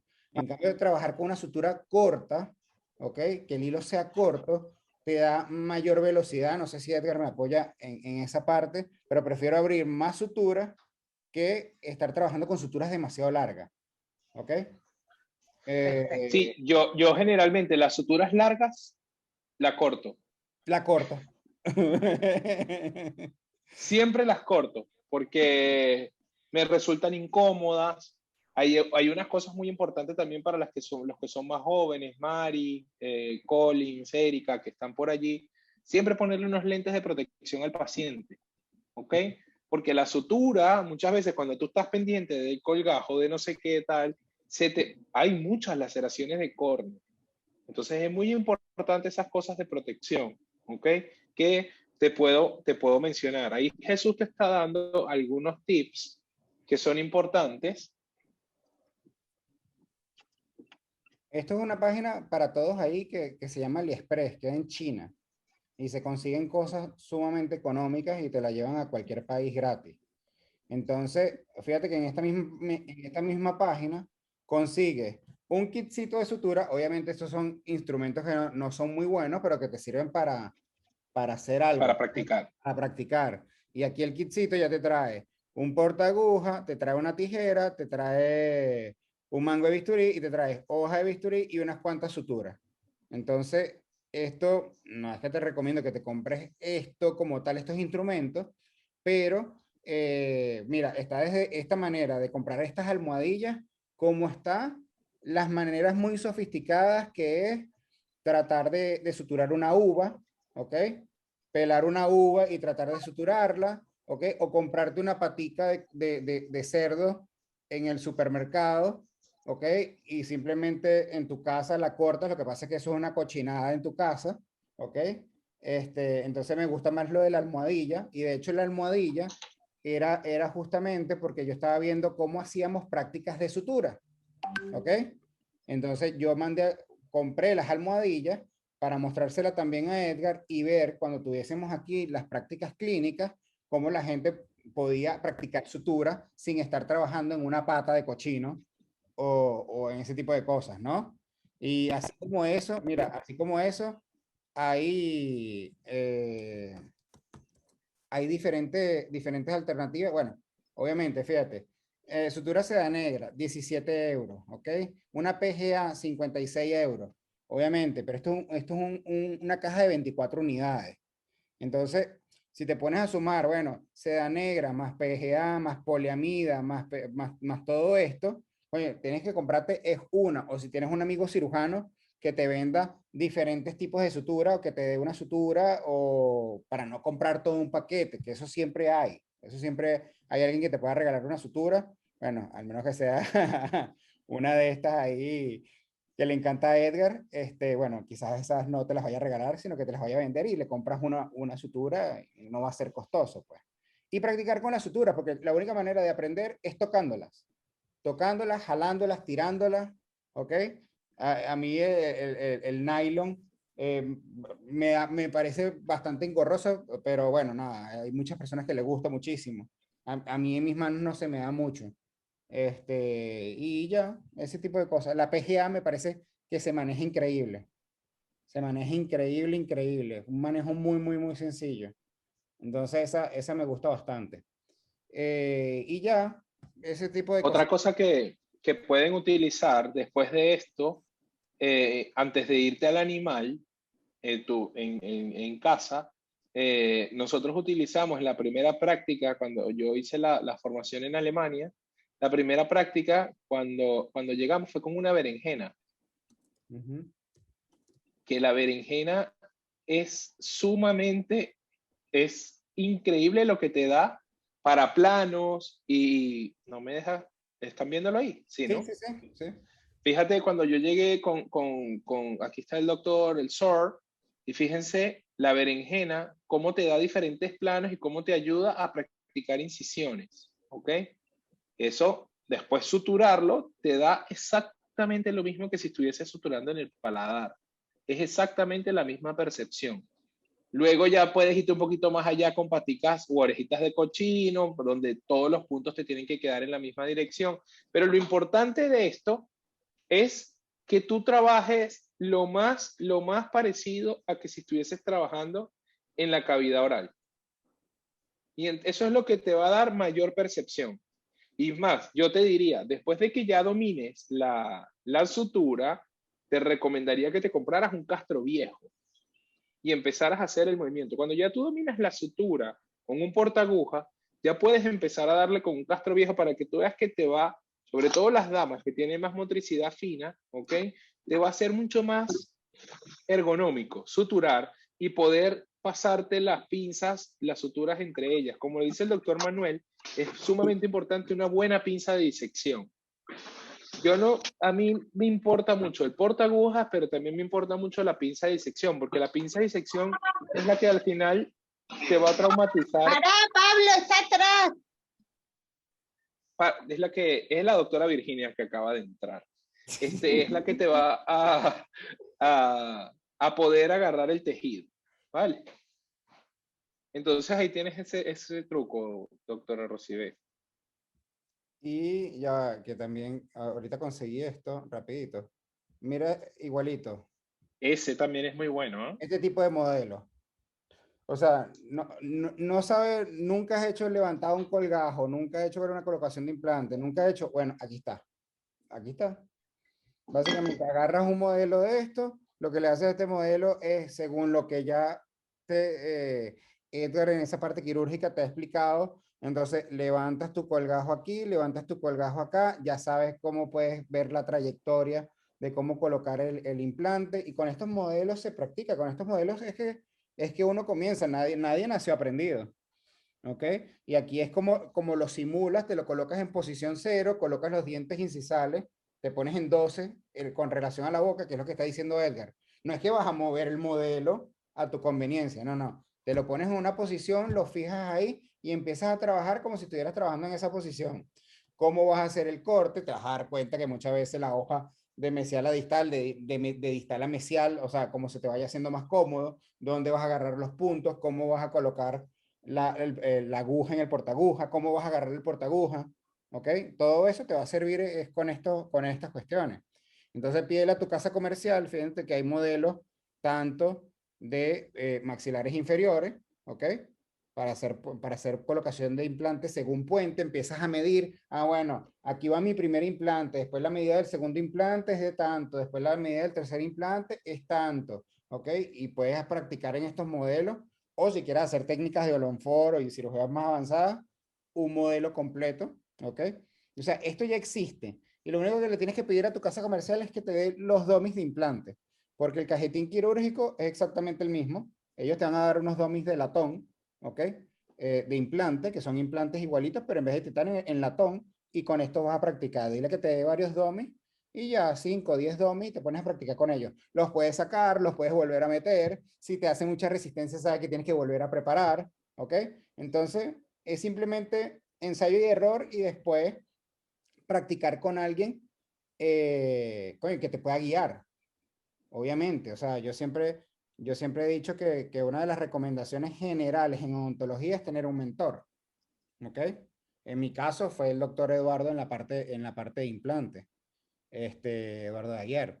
Y con Yuri también aprendí muchísimo. Entonces, es tener un mentor. El mentor no significa alguien que está ahí para darte clases y toda la cuestión. No, el mentor es alguien que te tiene que dejar aprender y crecer. O sea, si tú quieres colocar un implante ahorita unitario, tú tienes que tener a alguien como cirujano que te permita operar con él.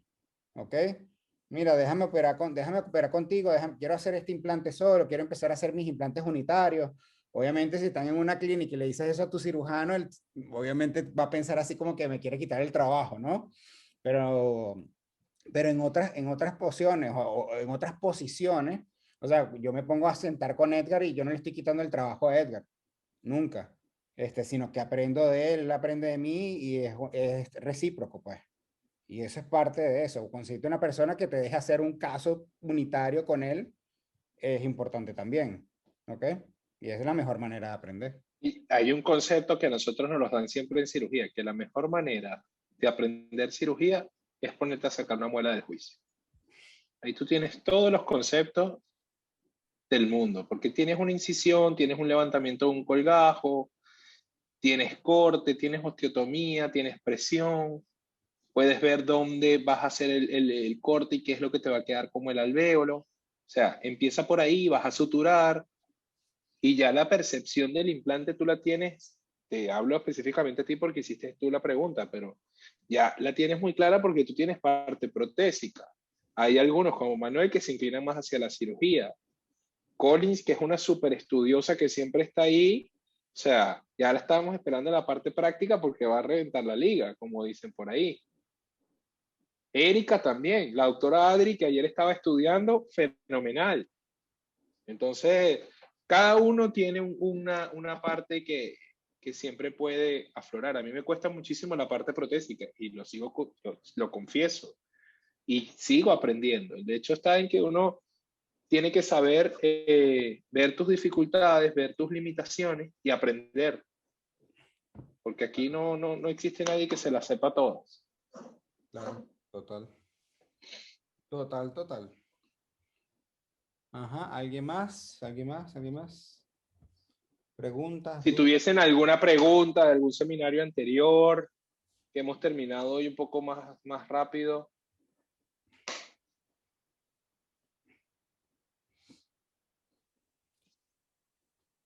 No, como que no. Como que todo está muy claro. No, yo sí tengo una del Manuel quiere. Sí, tengo una del seminario anterior, se la envié por correo. Déjame buscarla. Aquí la tengo. Tengo en el correo. Ajá, fíjate, ya ahí están cuadrando para verse aquí en España, eso. ¿Sí? ¿Y dónde? Adri, nos toca. O en Chicago. En Chicago. También. A ver, ajá, es sobre el seminario, fue sobre el seminario 5, 6, sobre el 5. La pregunta decía que después de un paciente con un trauma dentalveolar que tuvo avulsión del diente y la cortical vestibular está íntegra, se podría hacer la realización, o sea, la colocación del implante se podría hacer en los días próximos o hay que esperar un tiempo de cicatrización del alveolo. Eso es My First Implant, ¿no? Bueno, para esto hubo un caso de trauma alveolar. Espero que no sea tu primer implante, ¿viste? Eso es lo único que te va a pedir. Está muy buena la pregunta. Ay. ¿Quién está? ¿Quién está por ahí? No sé, creo que es el mismo Esteban. Ya. Vale, lo que tienes que tomar en cuenta, Manuel, es, casualmente tengo que operar un caso así ahora, ¿ok? Un paciente, buenas noches al doctor Esteban, que nos está señalando ahí con esa linterna. Casualmente tengo un caso así ahora. Un traumatismo dentalveolar, donde, ¿qué tuviste? Una luxación lateral, una avulsión, el diente se salió, ¿qué condiciones tiene el diente? ¿Qué condiciones tiene el alvéolo? ¿O el paciente te llegó con el diente en la mano? No, el paciente acudió a la consulta 8 días después del trauma dentalveolar. La avulsión fue atendido en una guardia. Le dijeron que el diente nunca lo encontró. Yo llegué 8 días, ni siquiera dijeron que se cepillara. Ya, porque ya había un coágulo formado, ya hubo un coágulo formado. Irrigué el degrado, o sea, lavado de la herida, todas las heridas, las laceraciones en el labio incluso estaban infectadas.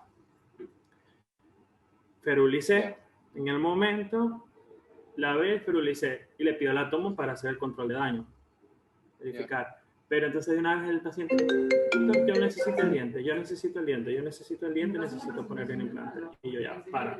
Porque aquí el hueso está lesionado. Sin embargo, la cortical vestibular, las corticales no hubo trauma, no hubo fractura del hueso alveolar. La cortical vestibular está intacta. Pero ya hay un coágulo formado porque fue 8 días después. Entonces, yo en el primer momento le dije, mira, esto hay que hacer una preservación alveolar. La traduzco yo acá, esta misma. Porque no me atreví a colocar un implante. Sí, porque pienso que ya hay una cinemática del trauma, hay un manejo, un estrés quirúrgico, una respuesta metabólica del trauma que no me va a permitir que el implante se lo pueda colocar. Sí, eso en fisiología y metabolismo del trauma, eso es cierto, ¿no? Fíjate, aquí hay varios factores que debes de tomar en cuenta. Uno, que ya el paciente tuvo una avulsión, ya pasaron 8 días. 8 días por fisiología y estrés del trauma, ya vas a tener una semi-organización de células, pero ese alvéolo ya va a estar parcialmente el 75% con fibroblastos ya formados y todo lo demás. Entonces significaría que tú, para hacer un fresado, tienes que retirar todo ese coágulo que está allí hasta llegar a hueso sano. Eso le va a doler, y le va a doler bastante. Es muy probable que cuando tú retires todos esos fibroblastos, que no es un tejido infectado, ¿ok? Porque no es un tejido de granulación, sino ya es un coágulo formado, esa pequeña cortical vestibular que sufrió por el metabolismo del trauma, es muy probable que la termines de fracturar o de luxar. Entonces, ¿cuál sería mi recomendación? Mi recomendación en estos casos es, cuando existe una avulsión completa y el paciente tiene 8 o 10 días, lo que tú hiciste, simplemente tomaría una impresión para hacer un splint, con ese splint tratar de ferulizarlo si el paciente está muy agobiado, o llamas directamente a tu protesista y que te haga un puentecito tipo Maryland, me corrigen los rehabilitadores del grupo, y con ese puentecito tipo Maryland ya tú empiezas a empujar con tu póntico vático y dejas a que ese coágulo y ese alvéolo se empiece a preparar. ¿Cuándo tú vas a estar seguro por metabolismo y estrés del trauma? A partir de la 6ª a la 7ª semana, ya tú vas a tener un tejido más organizado. Ojo, un tejido más organizado, porque hace poco me pasó un caso igual al que tú estás diciendo, ¿okay? Que operamos, por cierto, con la doctora Pendino el día martes. El paciente perdió el lateral y esperamos 3 meses, y cuando hice la incisión para la técnica de preservación alveolar y de Collet, se me vino todo el contenido completo del alvéolo y un hueso completamente inmaduro.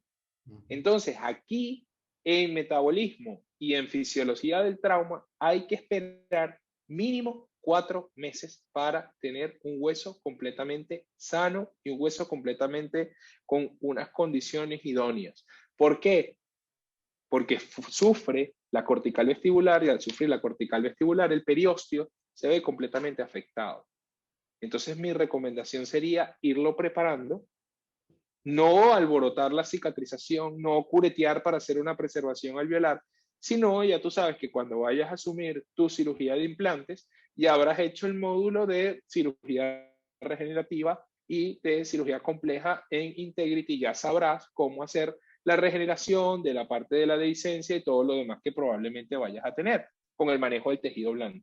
Pero es un caso que ya tienes que tomarlo con pinzas, porque obviamente ya vas a saber que vas a tener una compensación, un colapso de la cortical vestibular y de la cortical palatina. Yo no sé si Jesús difiere un poco de mi parte, pero yo interrumpir esos procesos fisiológicos no me gusta, prefiero esperar, ¿ok? Y ya prefiero pensar en un segundo momento, cuando todo esté completamente estable, te repito, a partir del 4º mes, ¿ok? Ya hacer la cirugía en implantes con la reconstrucción y la regeneración pertinente. No, es igual esa parte ahí, porque igualito no vas a volver a tocar. Y si tuviste la tabla vestibular y se rellenó y se formó el coágulo de sangre ahí y toda la cuestión, ahorita lo que te queda ver es esperar a ver qué quedó, básicamente, porque no es que vas a levantar un colgajo para hacer una regeneración. No, espera para ver qué quedó, y ya de ahí tomas la decisión de, lo mejor que te puede pasar es que puedas que si tuviste la tabla vestibular, se llenó todo eso de sangre y se haya podido quedar se haya podido formar todo ese hueso y que hayas perdido un 0.5 en altura. Eso es lo mejor que te pudo haber pasado, ¿ok? Entonces cuando abras ya tú sabes que es un poquito de conjuntivo, colocas tu implante en un approach palatino, ¿ok? O sea, te echas para atrás para mantener ese hueso vestibular y compensas un poquito con tejido blando, pudiese ser una de las soluciones. Ah, no, se perdió la tabla vestibular y cicatrizó espantoso. Ya sabes que te tienes que ir a regeneración pura y dura. Membrana, chincheta, hueso, ajá, todo eso, espera 8 meses, Maryland y dale. O sea, ahí ya no hay para dónde agarrar mucho en esa parte. Y eso, uno siempre espera para la colocación de implantes, así que sacaste el diente y colocaste el implante diferido, por así decirlo, normalmente es verdad, esperas un mes y medio, ¿ok? O 2 meses para hacer eso. Es lo que normalmente le dice al paciente. Nos vemos en un mes y medio, 2 meses, que es eso de la 7, 8ª semana que te está hablando Edgar, ¿ok? Es justamente eso. Pero siempre es verdad que te vas a conseguir un hueso que no es esa calidad que tú estabas esperando, ¿ok? Un hueso inmaduro, que muchas veces te tienes que ir con fresas de osedensificación también para no estar fresando todo el hueso, sino ir expandiendo y compactando esa parte, ¿ok?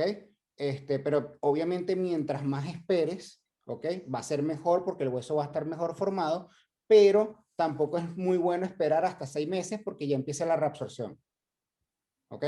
Que ese es el detalle. No puedes esperar hasta los 6 meses porque vas a tener reabsorción, ¿ok? Entonces, justamente, si vas a trabajar, que sea de esa 7ª semana hasta los 4 meses. Y ya. ¿Qué más ahí? ¿Qué más por ahí? Esteban, ¿alguna pregunta? Es que llegué muy tarde. Nada, lo veo después con calma y cualquier cosa les escribo. Lo que sí estaba conversando con el doctor Hostos es que tratemos la semana que viene. Yo sé que es complicado porque todos trabajamos y todo lo demás, pero la idea es que les saquemos el mayor provecho posible, tanto nosotros a ustedes como ustedes a nosotros, y que la semana que viene tratemos todos para los que lo ven en diferido, aunque sea de conectarnos y que puedan todos compartir sus dudas, inquietudes, hasta las opiniones de lo que le parece.